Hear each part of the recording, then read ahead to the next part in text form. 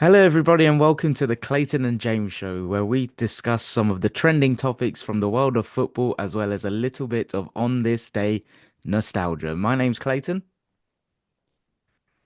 I just wanted to see if you thought that maybe the screen had frozen or something, because that's how I feel listening to that shitty intro, mate, which you know that people don't like, Clates. So, I've got to challenge that because a few of our lovely patrons have messaged me to for inspiration, and Too I much asked, info, mate. and and I asked all of them. I was like, "Do you actually care about the intro, or is this like a banter thing?" And they're like, "Oh no, we don't give a shit." And then I obviously put on Slack where our patrons were, and a couple of them commented saying they didn't like the cringe. I forgot what it was I said a couple of weeks ago. I said something really creepy at the start. Football lovers. Oh, that was it. But that was obviously me taking the piss because the week before I included it from ChatGPT. I did ask you on WhatsApp, so I'm running with it. I think, yeah, out of an hour-long podcast. I mean, listeners, let me know if you feel very strongly about it in a 55 to 65-minute episode for the first 8 seconds. Let me know. Don't be abusive, kids. If constructive feedback is good, we don't say, oh, shit, which is what I'm saying, basically. But yeah, I might have to take it over, Go, which, all right, challenge. Next week, you do the intro. all right, Why don't you look worried? because I'll do a better one. I know. Okay, welcome to the Clayton and James Show, everyone. I hope everyone's well. We're going to have a little look back at last night's football. Clayton was obviously at the Emirates, so we'll speak particularly about the fallout from Arsenal's game with Paris Saint-Germain. We'll talk about the Monday night football between Bournemouth and Southampton, where Russell Martin has essentially lost it a little bit in his interview after the game. Then we're going to talk about something interesting with Welsh clubs. A European club in focus this week is Ferencvaros, who Tottenham are playing tomorrow night. And then we'll finish with a little bit of on this day. But firstly, VAR is there for what? 100% accuracy? It's not 100% accuracy, is it? In fact, we can look at replays and then we can decide 2 days later just to actually change our decision. And I agree ultimately that they have come to the right decision. They also should have come to the right decision on Sunday. I'm obviously referring to the fact that Bruno Fernandes' red card from the weekend has been annulled. No, you don't get your fantasy points back, but he won't have a free game ban, which might also be unfortunate for fantasy managers because they've now got an excuse not to sell him. But then there's other people like me who are thinking about buying him in Likewise. game week 8. Clates, what's the reaction to this? I think you summed it up, to be honest. Not much more to add. Surprised they didn't come to that conclusion in the game. I'm not gonna lie, when I first saw it live, I did think, "Oh, you silly boy." Same. And oh, fair. Yeah, I did think, "What are you doing?" And then when I saw it, I thought, like, I missed the slip when it was live. And yeah, I think my conclusion on it on Sunday was like, how have they sent him off despite watching the replays and everything? So, yeah, not much more to add other than what you've covered already, to be honest. Glad they got to the right decision in the end. How do we feel about the process? That's the thing, it's the process, right? I mean, this is the conversation that we've been having for what, 2 years now? Like, where the process just feels like it hasn't had any sense of like review or governance, or there's always something, a new situation that arises that makes us think, oh, maybe it's not quite fit for purpose. Having said that, I'm not quite sure what the solution is, but it comes back to me like, how did they kind of review that on Sunday in the VAR room and come to that conclusion? And this I is, said on Monday's pod that I thought when I saw it live, you could just tell it wasn't right. I thought, oh, that's a bad one. And the first replay they showed, which was from the opposite end of the ground, I was like, yes, a red card still. Yeah, fine. And I said on Monday's pod that I thought there was a chance that VAR had looked at that as the first replay as well and gone, yep, cool, decision stands. But then every replay you saw after that, it was like, no, no, it's not. It's a yellow. Because essentially where he cashed him is like the back of his ankle kind of trips him at below knee height, and it's just a standard yellow card, isn't it?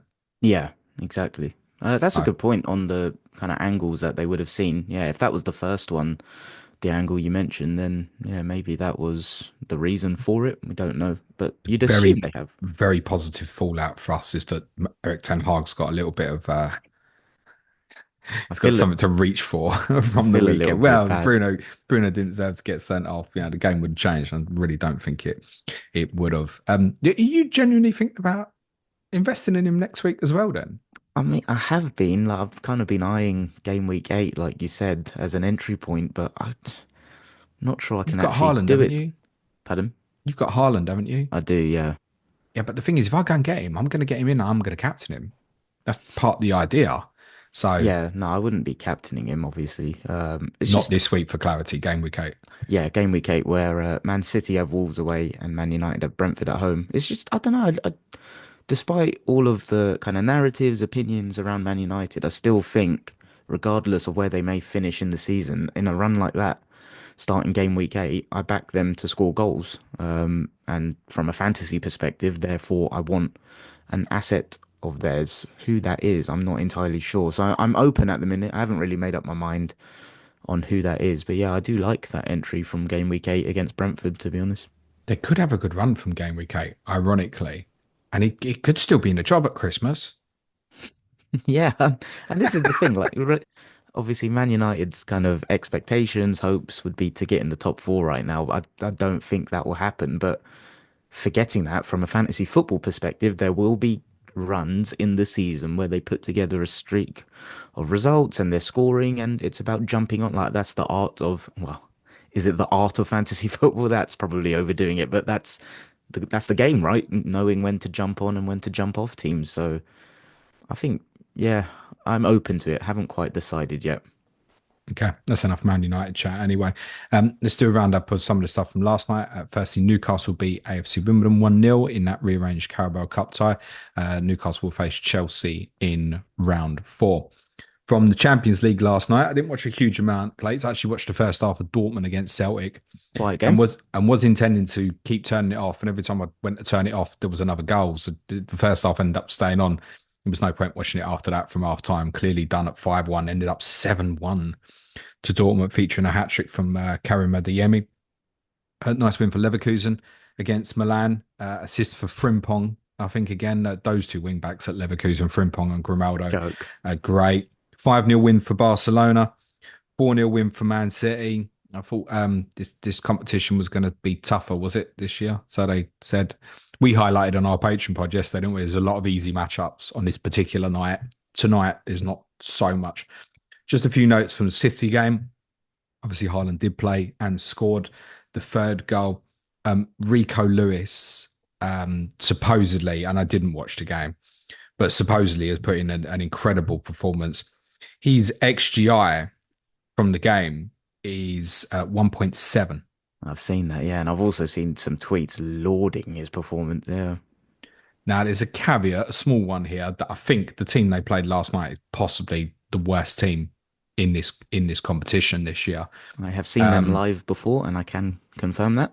I don't know, not necessarily.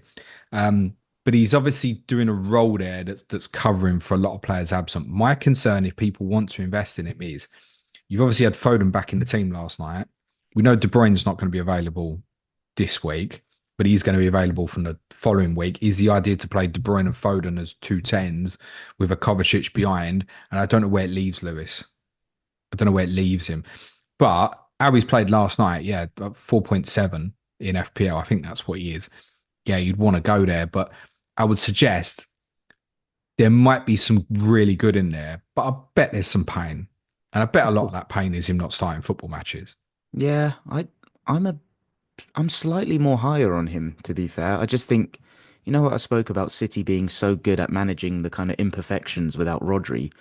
I think he's central to that in his versatility and his kind of tactical and technical IQ and his ability to play almost everywhere. So I'm slightly more higher on him, to be honest. He's another one I'm looking at. And yeah, when you talk about pain, there probably will be the odd benching.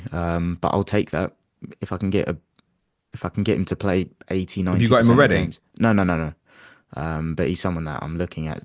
Like, can I get him Oh again? They've yeah, got a really I'm not nice run saying at I the minute. wouldn't either. I'm just not convinced on the long term of this. But what I would say is that's two Champions League games in a row now. Because Johnny Pringle spoke really high about him after the Inter game as well. There's two Champions League games in a row that he's played really well. He he obviously played in a kind of out and out central midfield role, moving in into a 10 position at Newcastle in the weekend. So you start three in a row. At some point, me and my doubts have got to be called into question, haven't they? Well, I think so, and this is possibly me calling out your doubts now. Yeah, I don't have too many, Call to be me honest. out. Just another interesting one from last night as well is Savinho played on the left and Doku played on the right, They switched it up. Didn't they do that which against is what, Chelsea? yeah, exactly what Pep he did on the opening day against Chelsea. And 20 minutes in, he was like, I don't like that. I think I'd said at the time that I thought he just didn't want to look at Doku in front of him, so he just turned them back over. Um, but they've switched that again last night. That's interesting. It's something to keep an eye on, perhaps, but it might have just been a one-off. You were at the Emirates then. Go on, give us the down low on Arsenal, mate. Yeah, it was a really good performance. It was very professional, I'd describe it. It wasn't exhilarating. It was just, yeah, obviously Arsenal went 2-0 up in the first half, and I think it was kind of job done from there, to be honest. It was lineup was the same. So yeah, Calafiori, I don't know if you saw this, there were some doubts on him. But yeah, he obviously started. He is chaos, like in a good way, but he's also gonna, I think, give me a heart attack, but also be the reason Arsenal concede some silly goals this season. He is positionally mental in, like I say, good and bad ways. Jurian Timber, really impressive first half. He did go off at half time, and Arteta said he felt something, and they didn't want to take a risk given his history and the load this year. So Calafiori went right back in the second half. Is that he right? did, yeah, and Yeah. according to records, that's the first time he's ever played right back in his career. Kiwior came on, but yeah, it was a really professional performance. Like I spoke on our Patreon pod about thinking the game would be closer than people were anticipating. The general feeling I got were people had Arsenal as real clear favourites. Maybe there was a fan bias in me there with the slight pessimism, but like their midfield of Vitinha, Neves, Zaya Emery, top technicians, but they couldn't cope with the power of Arsenal. And Arsenal's press, as always, was like aggressive, really smart, and it felt like boys v men, which is not a sentence I thought I'd say as an Arsenal fan 6, 7 years ago. Bradley Barcola, when he got the ball, looked dangerous. I Timber like him. did. You know that. Yeah, I like him as well. Really good player. And Desiree Doué, I may have got that pronunciation incorrect. He's someone that was highly linked with, Us. sorry, highly rated and linked with Tottenham, Man United in the summer. He was quiet, but you could see periods of what he was about. Hakimi being Hakimi, trying to maraud down that right wing when he got the ball. But it was really controlled. PSG did have more of the ball, which is what I expected. It was 65% possession to them, 35 to Arsenal. But the way Arsenal controlled the space, it was another classic one where PSG had the ball, but they never looked like they were really going to do But you anything were in with it. control. I Correct. understand what you're saying. And like even on the expected goals, there's a stat that's come out from last night. It's their lowest expected goals of 0.39 in their last 69 Champions League games. So Stop laughing at the back, God's sakes. but yeah, they had a guy called Kang In Lee who was kind of playing as like a false nine and dropping into midfield, and they did seem like they really lacked a kind of central focal point. But yeah, really professional performance from Arsenal. It's just hard in this new league format to know whether 4 points from two games is like good, because obviously the target for a team like Arsenal is It is with to the two finish fixtures you've top eight. had. Yeah. So yeah, when we're looking to finish top eight, it's hard to get a barometer on like what you need to have by when, I think, where we don't have any historic evidence other than football manager sims, as some of our patrons are telling us. So it's 8 games, isn't it? 16 points, 2 points per game, get you top eight. Pretty confident of that. Yeah, you'd think so. Then that's where you're running at, and you've played two of your, I guess, three toughest Yeah, I'd say Inter away is fixtures. the next one. That's well, as in the other one that's as difficult. Yeah, but Yeah, yeah, you should finish top eight from here. You I'd hope Shakhtar at so. home, there's probably another 3 points on the board. Then it's 7 from 3. You're ahead of the curve, then, mate. Yeah, and good And to then see. is it Inter after that? It is. Yeah, And then to be fair, and it was a draw. It's 8 from 4. Yeah, it's fine, mate. It's fine. You should yeah. finish top eight from there. City will as well. Mikel Um, Marino came on for his debut as well, which was really good to see. He got a nice where did he half hour play? in that double pivot with Rice. So he just came on for Party. Okay, Thought it that's was a bet. interesting that you trusted that at that stage of the game. How long to go was that? 35 minutes to go. He came on Oh, in the right. Okay. 64th So long minute. period. Yeah, and I thought it was a better game from Declan Rice as well. I've spoke about him being a bit slower into the season this year and positionally not being great in my opinion. Thought it was a much better game from him. I have a question on Saka because I intend to captain him this weekend. I didn't watch the game at all last night. I haven't even seen the goals. Is he potentially taking on more of a creative burden with Odegaard not in the team? I think he's always had that creative burden, to be honest. We But is he taking it on more? slightly, but we've always had a very strong emphasis on attacking down the right hand side, and yeah, I'd say slightly, but we've always had that preference to kind of channel everything through him. Okay, there's a few people potentially looking at a Trossard or Martinelli punt this weekend. I'm seeing more and more noises of that. Would you have a preference? Coin flip, honestly, I'd say so against Leicester. I think they'll both start for what it's worth against Southampton. Against Same team, do you Leicester, think? pardon? Same team? Right now, I'd say so, yeah. With Unless there's, questions on Timber, obviously. yeah. Yeah. Against Leicester, it was obviously 2-2 in a certain period, and I can't remember what minute it was, but fairly early, Martinelli got hooked and Sterling came on, so you can't predict what the game state will be. I think Trossard is in more central goal scoring areas often than Martinelli. But having said that, Martinelli did have a couple of really good chances against Leicester, which kind of came on that in between the fullback and centre back area. So slight preference for me would be Trossard, but I'm talking 51-49, honestly. Coin flip stuff here. Brilliant. That's really helpful. Thank you very much to guys. I'll appreciate that. Pleasure. Okay, let's talk Monday Night Football. You watch the game? I didn't, but I've seen some of the quotes afterwards from Russell Martin that sadly missed the game. Yeah, I want to read this from Muscle. Fucking start again, James. Cut. Russell Martin's interview with Sky after the game, and I'm just going to read this piece of it. I'm so hurt by the first half performance after the first goal. It didn't recognize our team. I'm usually proud of them for the courage they show. No aggression, no courage, no intensity to play. Looking around at them like self-preservation mode on the pitch. Body language, I didn't recognize. I don't like that. I didn't like that one bit. The second half, they show loads of fight, loads of courage, but it's too late. So hurt by the first half. Really disappointed by that. Generally, what do we in the first instance, what do we think about a manager kind of being so open about that sort of thing? I mean, my instinct is always keep that stuff behind, like away from the press and kind of keep that within the locker room, but the changing room even. But I don't know. They're winless, right? Like they've got 1 point. It's their joint worst start since I think was it. I can't remember. I saw a year. It was before I was born. Well, like Maybe things aren't. 2014 or something. If things aren't working, you have to try alternatives, right? Maybe this is his way of trying to galvanize them, but I don't know. I personally am more of a preference to like keep that within your circle and private. Did you feel like you saw that kind of?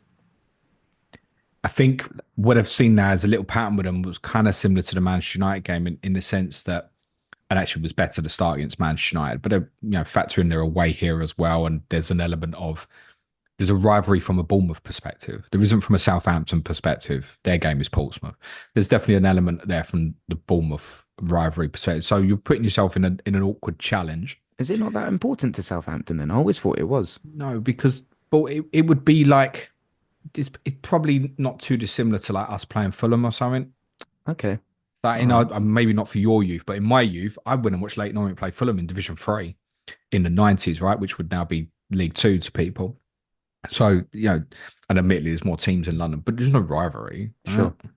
And I don't think the reason, maybe a better example would even be like how Chelsea feel about Fulham. Like Chelsea's game is Tottenham is the rivalry rather than Fulham on the doorstep, right? I mean, you come out of the tube for Stamford Bridge, what's the tube station? Fulham Broadway, right? Yep. But there isn't a big rivalry there because of what they've been. So I think for Southampton, Bournemouth, remember, was a club that nearly fell into non-league football like 20 odd years ago. We're really close and have obviously risen through the leagues. So we're a small club. Neil Grover would even openly admit that, a small club. So I think that makes the game more challenging. They started okay. But as soon as the first goal goes in, head's And you gone, mate. and you could see that as well, yeah. Yeah, it was the same as the United game. It started really well against United. As soon as the Cameron Archer missed penalty, and then obviously United scored quickly afterwards, could have been in a position quite easily, having played well for half hour, where they were 3-0 down against Manchester United at half time. On Monday night, they were 3-0 down at half time. You look at the defending Sound Semenyo's goal. It's a brilliant goal, the way he takes it and stuff, but he's turning people inside out. Gochukubu's obviously there on loan from Chelsea. You'd be looking at that going, come on, man. Like, you're here on loan to show us something that is not good. What did he And there do? was Just not track back or no, he just got turned inside out, just oh, like way too easy. You're just getting shown. Semenyo sent like three of them for like a hot dog, mate, all together. And then puts him out on his weaker foot, and it's a really good strike. Um, Defensively, they're not good. I'd said on Monday's pod that essentially Southampton would decide whether I captain Saka or Palmer as a non-Haaland owner this weekend. That's part why I asked you back the question, Saka. So I watched Southampton Monday night and like that. Yep, I'll be captain Saka this weekend because I just think that's got a monster ceiling. The problem is I know is if I go looking at any data, it's going to lead me towards Palmer. of course, yeah. Because Even in spite of the fixtures, I think there is the caveat that needs to be put in that is that I think Arsenal's fixture run has been much harder than Chelsea's so far. and But I I know think it's going to lead me towards Palmer. I don't want to it's do it. I the just want to thing watch with the Southampton in my eyes and go, they look shocking, mate. yeah, that's it. And I think that's the thing with the data this year. Like you have to kind of remember that two of those halves were with 10 men as well. So Arsenal's attacking data is never going to be like I think it will take a while for it to kind of be a true reflection on what Arsenal are. I wouldn't be that surprised if they went to the Emirates and had more of the ball. Really? I don't think that's impossible with how I'd you be are at the moment as well. I'd be incredibly surprised by that, especially like that Leicester game. I know they're two stylistically different teams, but Very I think different. yeah, very, very different. But I just think the quality will shine through, and I think Southampton will be camped in their third often in that game. All right. I mean, either way, I just see you blitzing them on turnovers. So are you definitive on Saka captain for yourself then? No, I'm Okay. I'm not because I know Palmer's capability, but I look at Forest. Forest because they have 5 goals. Joint bet, that's the same as you. It's Is it also the same really? as Tottenham, by the way, but no one wants Fair to play. acknowledge that at the moment. Well done, James. Cheers, mate. I don't know how many Southampton conceded, but it's a lot more than five. And he does that game does feel like to me on Saturday that it could be like a 5-0. I don't think it will be, but it could be.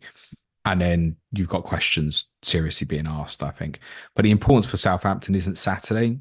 Got Leicester at home afterwards. That's a huge Way one. bigger.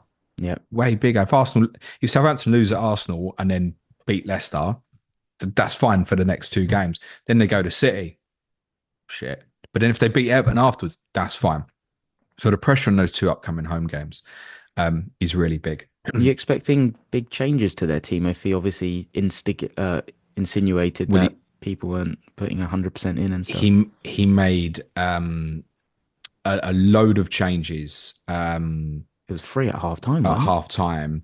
He'd started with Tyler Dibbling, basically, kind of in a 10 position with Mateus Fernandes. It wasn't too dissimilar, actually, to how you're setting up with our Odegaard at the moment, particularly off the ball. You looked at the bench, it's like, I've got 5 number 9s, basically, on the bench. The one that got favouritism, by the way, again, it was Ross Stewart, was brought on at half time. There wasn't anything I saw there in that second half that made me think, oh, I want that to be my third forward in FPL. But at 4.6, that's the one potentially to go and get at the moment. Um, I wouldn't be truly looking at them though, other than Dibbling and Stewart if you wanted to invest. Harwood Bellis obviously with the goal. I mean, is that his second of the season? He scored in a cup game as well, I Oh, think. has he? Do you think anyone Um, started him? He obviously was the 4 million darling in I mean, pre-season, with wasn't this defeat, I don't know when you're going to start that. Even with the home games, Leicester and Everton, I don't think I'd want to. At the moment, they've got an identity of what they want to be, but in the first half, they didn't show that identity. Now that's a crisis problem for them then, because you've got to abide by what you're doing. If the manager's going, I don't see what's going on here at the moment, then you've got a major, major problem. And I imagine that will be a very straightforward game for you on Saturday. I can't see it not being. The problem is as well, there are echoes of Burnley last year where it's like you can see a function of what's trying to happen, but you don't know if the individuals are good enough to pull it off. You know, things like Charlie Taylor's come back in for Cole Walker-Peters. I don't think Charlie Taylor was particularly bad on Monday night, but I don't understand that. That's what Saka's going up against at the weekend. I Yeah. think I'll lean that way. For Bournemouth, good win. There's a theme with them though. Um, I've watched all three of their home games against Newcastle, Chelsea, and obviously now Southampton. And this is the first time there would have been an expectation on. They played really well in the first half of all three of those games and have tailed off a little bit in the second half. Now, they're a bit of a monster actually in terms of off the ball and winning the ball high. The third goal comes from that, and then they retain and then they play from there. But there is something there where they're tiring in games. Something possibly to keep in mind. In Semenyo's the fantasy one everyone's obviously been going for, and it's perfectly reasonable, as being such highlighted yesterday. You know, second most shots in the league so far. Although a lot of them end up in block shots. That's the only fantasy one to consider. Go on, not Evan Nilsson Nathan. though. No, I don't think so. Took the goal well. But I think if you were going to go and do it, you would have done it. Remember for Bournemouth as well now, they themselves play Leicester this week, but afterwards it's Arsenal, Villa, City. So I think if you were going to invest, the time was before. That's not to say, particularly if someone's on wildcard this week, not to say you can't put Semenyo in. Of course you can, but the timing was definitely to do that last week. There was a tougher run coming up. The irony, of course, is, as I said last week, it's Southampton that covers that best to play like a dibbling in those Leicester Everton games, whilst Bournemouth play Arsenal and Manchester City. But yeah, Semenyo's the only one I'd be looking at. I always have to feel with a team that will concede the odd goal as well. I don't think there'll be a huge number of clean sheets on them. But yeah, good win. I like them. They're a good I do. side. I like They're Iriola as very well. direct. That shouldn't be misunderstood as long. They're No, no. just direct in what they do and they win the ball high. When they win it high, they're quick and they're decisive. They don't piss about with it. Good side. Won't be anywhere near being in trouble. Manager's Agree. good. I think Andoni Iriola's good, I think. He's very good. Agree. I wanted to cover something which one of our patrons, Dan, flagged. And I thank you, Dan, for flagging it to me, because otherwise I would have been completely unaware of this. It's a story about something that might be happening in Welsh football, which has a little bit of relevance to what's happening in the EFL. Now, we have in our football pyramid in England across the top divisions, four English clubs, four Welsh clubs, sorry, at the moment. Cardiff City, Swansea City, Wrexham, and Newport.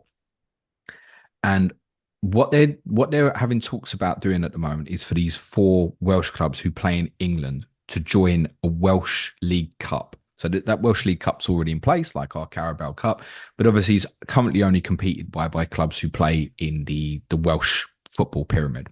The talks are about these four clubs to go and join this League Cup, and the winner of it potentially gets a place to go in Europa Conference League.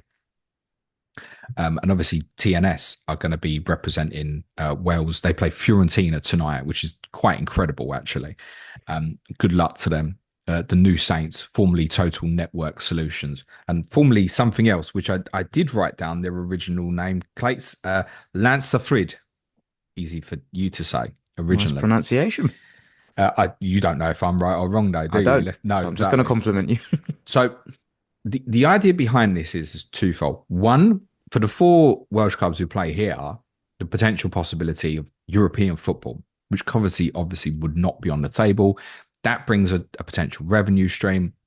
I'm sure this is probably something that the Wrexham guys probably particularly have looked at. How quickly can we increase revenue? You know, what does that do globally for their support out in America if they can get Wrexham in Europa League? And obviously Cardiff and Swansea are two clubs that have been in the Championship for a while. We've both seen them in the Premier League, but there isn't any imminent sign that either of those two clubs are going to come back. Quick One question. thing that should be said, though, is if they enter this Welsh League Cup, they cannot qualify via English competition. So if, for example, Swansea won the Carabao Cup in 2013, I think the last non-Big Six club to win it, actually, although I don't know why I'm including Tottenham and Arsenal in that conversation, because neither of us have won it for a really long time. They obviously went and played in Europa League. They had a good run in that. They played Valencia. I think they beat Valencia.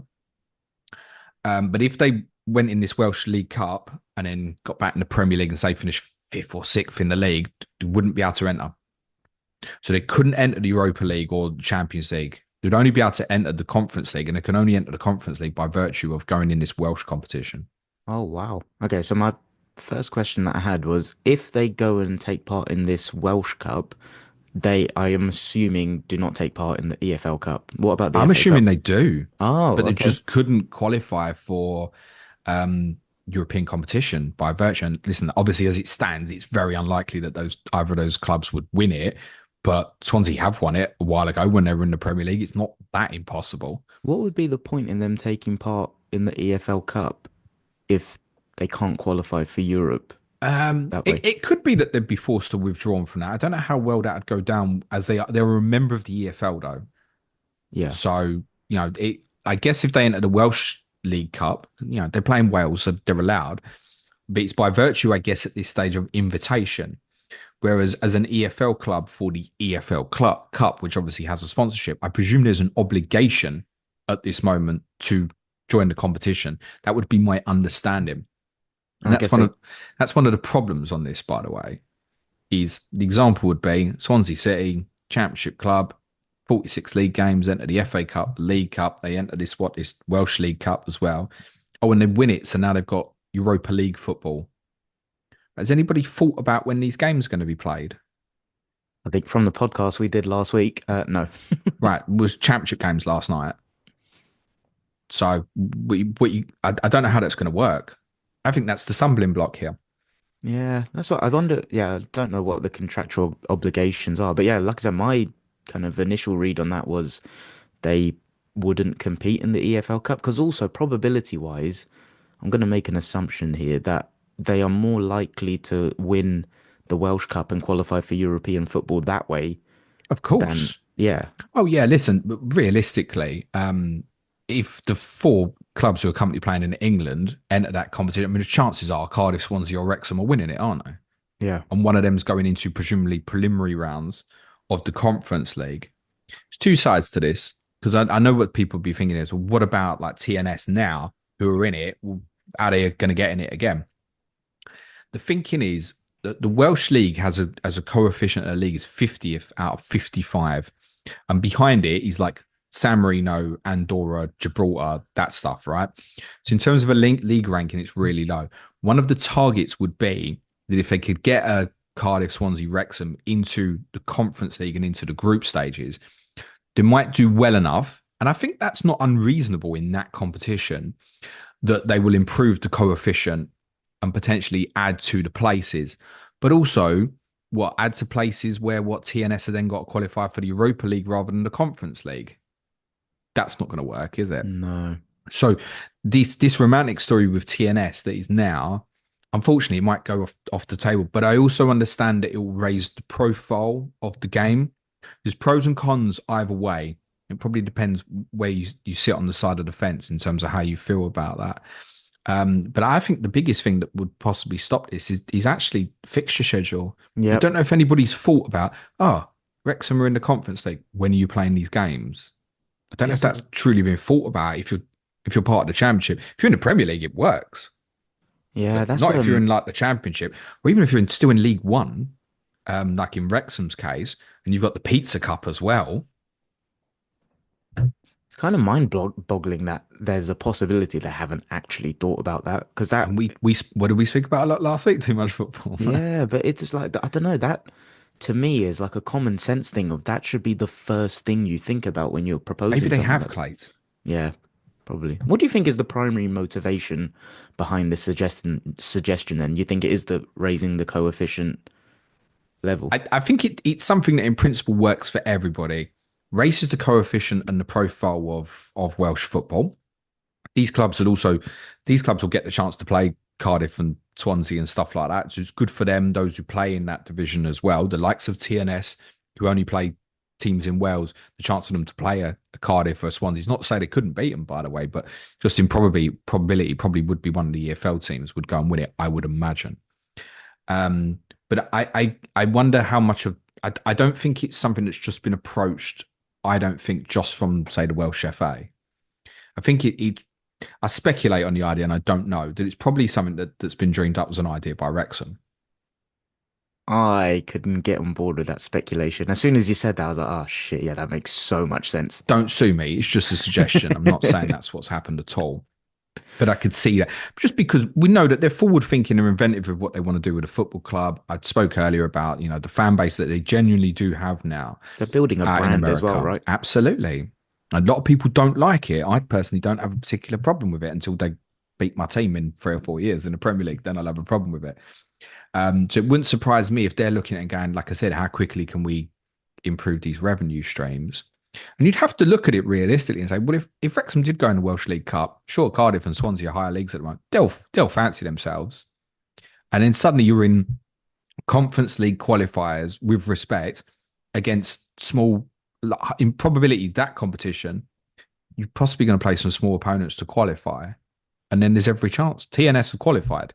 So I don't think it'd be unrealistic to think that Wrexham or Cardiff or Swansea could get in the group stage as well. And like I said, every chance to do okay. There's teams in that Conference League that I've never heard of. No, me either. And yeah, obviously the long list you sent me at the start of the season on teams to research. Yeah, there were a few of them on there. I was like, ooh.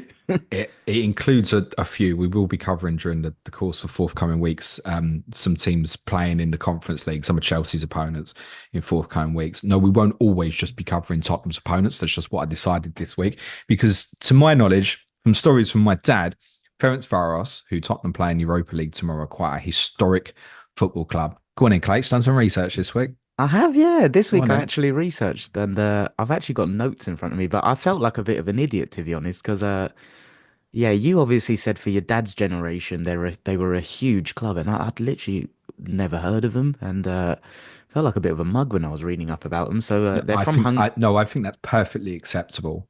I think it would be even perfectly acceptable for people of my age to have not particularly heard of them.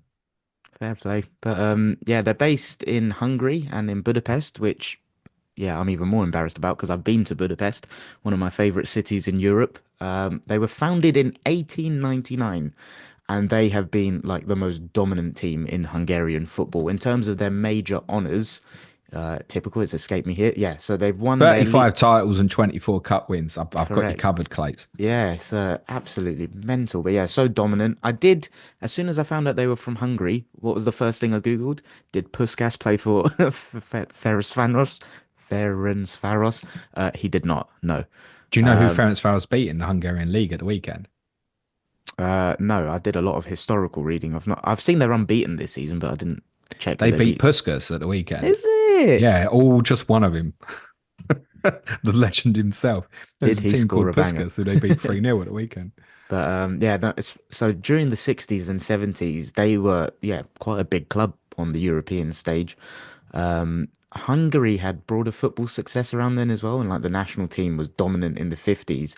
But one of their biggest achievements was in 1965. They won the Fairs Cup, which I said to you, obviously I'm very young. I only know it because like in Arsenal history, it's been ingrained in my brain that Arsenal have won the Fairs Cup, which is it fair to say was the UEFA Cup, and what It's is not now even the a real Europa League? competition, mate. When did But Arsenal win it? 93, 4, I think. No, you No, that was the cup numpty. You winners. won the Cup Winners' Cup. You've never So, won technically the UEFA Cup. but Arsenal have won the Arsenal have Fairs never Cup. won a European trophy that is in existence. Sorry, keep Yeah, going. no, no, I know that. But the Fairs Cup, we have won. So I'm just Um, shoveling for Clates. um, but yeah, would you say the Fairs Cup is considered like now the Europa League? Yeah, the Fairs Cup became the UEFA Cup either late 60s or early 70s, and then that obviously changed name to Europa League during the 2000s. But yeah, in 1965 they won that. They beat Juventus 1-0 in the final, and then in 1975 they reached the final of the Cup Winners' Cup. Unfortunately, they lost 3-0 to Dynamo Kiev in that final, but in that period, they were a major force in football, and they had a player. I'll be honest, I'd never heard of him before, but Florian Albert. Do you know who he is? Only No, reason I asked that is he won the Ballon d'Or in 1967, and he was pivotal to this club's success. And then after that, in the 70s, I'm not gonna lie, my general knowledge on like history and the Cold War and stuff isn't amazing, but I think that had a large influence in their kind of decline and kind of the post-Soviet era, and then the rise of England, Spain, and other European leagues and money as well. But yeah, they had some really. dominant periods in the 60s and 70s. And as you've already outlined, their major honours are a joke. So yeah, really cool to research about them. I learned quite a lot that I did not know existed before. And yeah, they're unbeaten this season. So I think they'll give you a game. I think Tottenham will have more than enough quality to beat them. But yeah, and they've got a player called Adama Traore. So that is not the It's one not from that one. yeah. No, Their top goal it's scorer is it's not Saldania. it's not that one. I'll add a few bits. They also lost to Leeds in the 1968 Fairs Cup final as well. They played Leeds a couple of times in Europe in the 60s and early 70s, and also played Liverpool a couple of times as well. They had a game with Wolves in 1971-72 as well. They played Manchester United in the mid 60s as well. So regularly playing the English clubs in Europe, most recently playing a top flight English club in the 96-97 season, which would have been one of Kevin Keegan's last European games with Newcastle. So Newcastle United fans might be very familiar with the name. Newcastle would beat them 6-3 on aggregate, win the second leg 4-0 at St James's Park. The last English club they played, though, was Millwall. When was that? Millwall. After Millwall qualified for Europe after finishing runners up in the FA Cup final in Wales, of course, when it was at the Millennium Stadium. Was that against West Uh, Ham? no, as they Oh, lost 4-0 to Manchester United, inspired by a floppy haired Cristiano Ronaldo. Whatever happened to him? So yeah, that was Millwall's game in Europe was against Ferencvaros. There was reportedly, and I'm not accusing either side here, but apparently quite a bit of trouble out in Hungary when the two teams played each other. Ferencvaros won 4-2 on aggregate. So they haven't played an English club in Europe for so that's 2004. So that's what 20 years. yeah. When actually in the late 60s and early 70s, it looked like playing an English club every year. So I think that just in itself gives you an idea of what they were as a club. Certainly right to mention the Hungarian national team. You know, many people consider that team that lost to West Germany in the '54 World Cup final as the greatest team never to win a World Cup. Most of us obviously can't quantify that and tell you yes or no, basically. But that was a huge shock when Hungary didn't win that final. They'd won 6-3 at Wembley, which was unheard of at that time, that an overseas nation would come to Wembley and do that to England. And Ferencvaros were one of the strongest teams. Probably the strongest team in the 50s was Honved, who you don't hear a lot about now. But then Ferencvaros were a good team through the 60s, then early 70s. A historic name that's held, but he's kind of out of most people's psyches for a long time. Their badge has 5 green and 4 white stripes. Might give you a little bit of an understanding of their kit. It represents Budapest's ninth district, hence the 9 stripes. Couple of players that you might have heard of, just to reference before the game tomorrow night. Barnabas Varga, Not heard of him. he was the poor fellow who suffered the really scary injury in the Scotland-Hungary game at the Euros. Oh shit. He's fine. He's playing, by the way, at the moment. In fact, he was substituted in that victory over Puskás at the weekend, and his replacement, the substitute, got a hat trick. He got all the goals, actually. And a name I'm going to guess you probably won't be familiar with, but it's one of the best segues I think I've ever done, or reverse segues. Katie Borges plays for them. He was only a substitute at the weekend. Why is he important? I don't know, Jeff. He's Carabag's record signing, who we obviously played last week, and the club that we covered last week. I can't remember who we're covering next week, but there's a little bit of historical on Ferencvaros for you, mate. Good stuff. We will finish with a little bit of on this day. Done something a little bit different this week, Clates. All right. Gone for a Champions League game Okay. from this day, and it's recent, so you might even remember it, Clates. It's from 2019. Any Okay. guesses? Well, definitely not Arsenal. Yeah, you thought I was going to give you an Arsenal. Do you know what I could have done? I could have been really horrible to you. You know that 'cause Why? What happened on? we beat you on this day in 2011 Why didn't you then? because I just thought it would just look like a little act of bullying, even though you're bigger than me.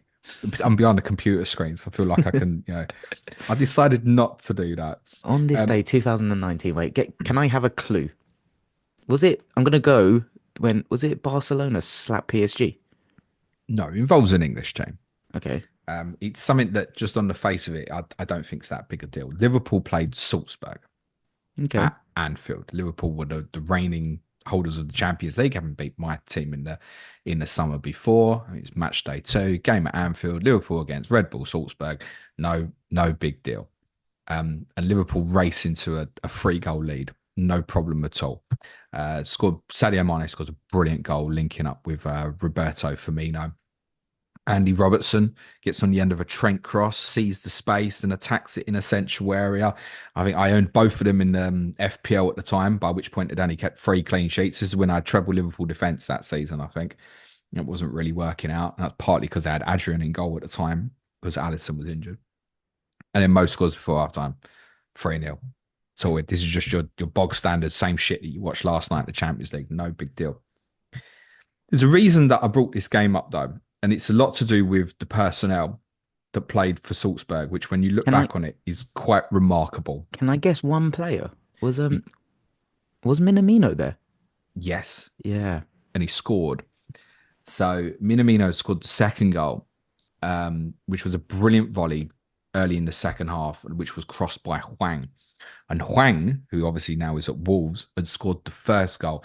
And I'm telling you, he turned Van Dijk inside out, mate. He put, Van Dijk and his aura never gets beat. He put Van Dijk on his bum, mate, and absolutely buried it just before half time. Then sets up this goal for Minamino. Suddenly, it's like, oh, panic on here. What's going on? But you imagine they've got enough strength. Nah, ball across the 6-yard box, and the substitutes there to roll in the equaliser and make it 3-3. This is quite remarkable. Who was the substitute who scored? Oh, go on. Who is it? Another Premier League player? Yes, Not a clue. Erling Braut Haaland. No way. What? Yes, scored the equaliser to make it 3-3. Hang on, he was a substitute. Yeah, he was a substitute. Apparently, he wasn't well, How old which was is he then? which is why Must he have was a been. substitute. I don't know, how old is he now, Clates? Yeah, I don't know. 5 years younger, isn't it? Yeah, I don't know how old he is to be Five fair. years away. So I did a bit of digging.